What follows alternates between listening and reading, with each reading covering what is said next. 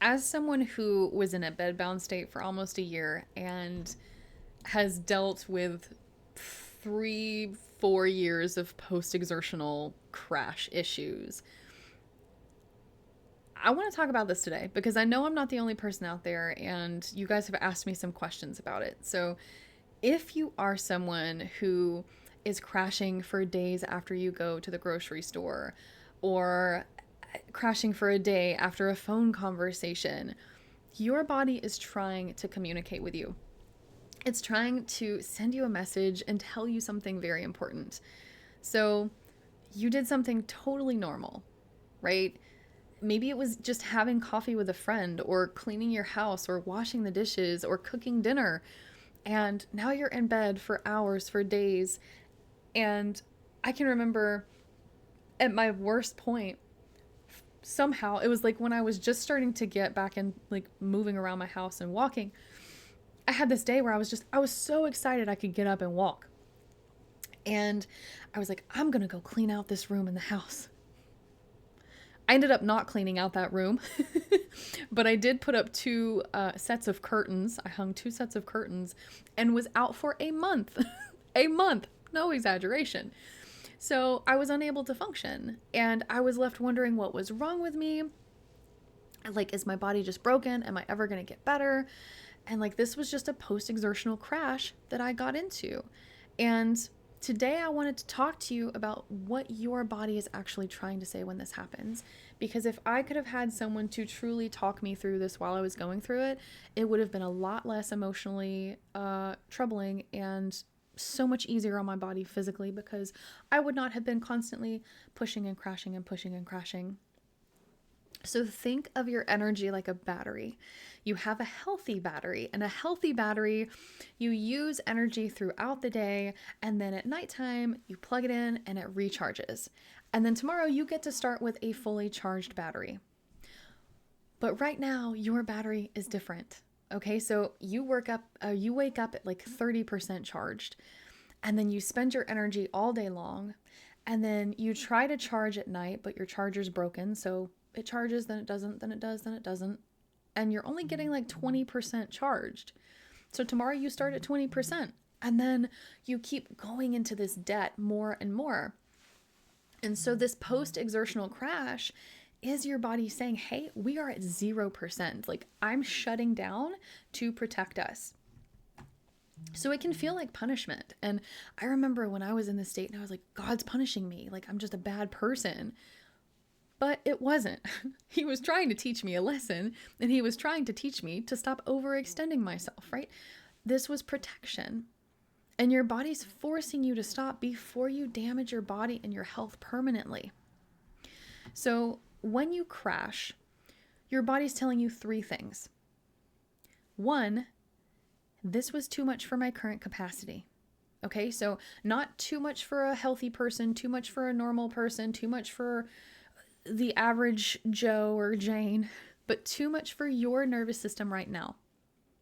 So maybe grocery shopping is easy for your neighbor, but your nervous system's running on empty. And so for you right now, grocery shopping is, it's a lot, right? That doesn't mean it's forever. It means it's for right now. Two, you need to respect your limits, okay? Right? Your body is begging you to stop ignoring the warning signs. So that exhaustion, that tiredness, that fatigue that you feel during whatever activity, that was a warning. Your arms getting heavy or your legs getting heavy, again, that was a message. It was a warning. The mental fog creeping in, also a warning. But you pushed through every single one of those signals. Maybe because you had to, maybe because you always do. And now your body's saying, I can't let you ignore me anymore. I'm forcing you to stop. I'm forcing you to listen to me. I need to heal, okay? And that brings me to the third thing. I need help to heal, right? So your body, your nervous system is not going to recover, or your nervous system is not going to regulate on its own, and your body cannot heal when it's in survival mode, okay? It's physically impossible, okay? Our nervous system needs to be in parasympathetic mode for it to naturally turn over healthy cells, to repair tissues, to repair organs, etc. And again, it needs support. It needs you to communicate, to reconnect that relationship with your brain and your body. And it needs you to stop treating like rest like it's optional.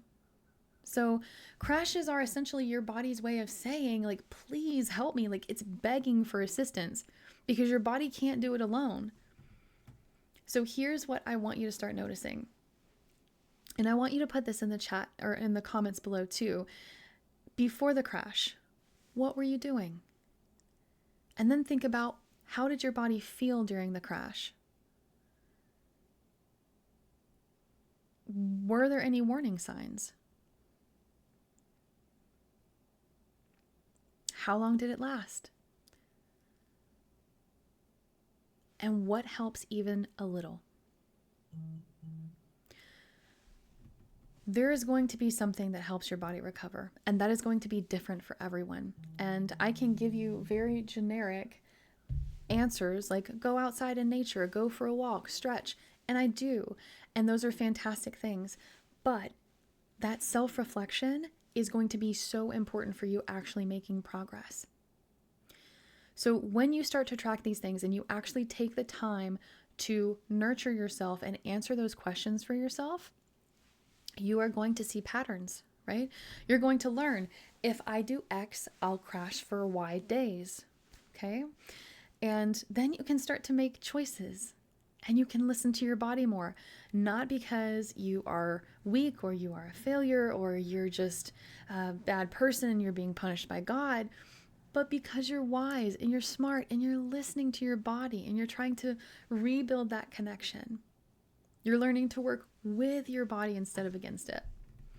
So if you are stuck in the crash cycle and if you are tired of your body shutting down on you and you want some help, we have a community that's going to be linked below, and we teach women how to spot the warning signs before a crash.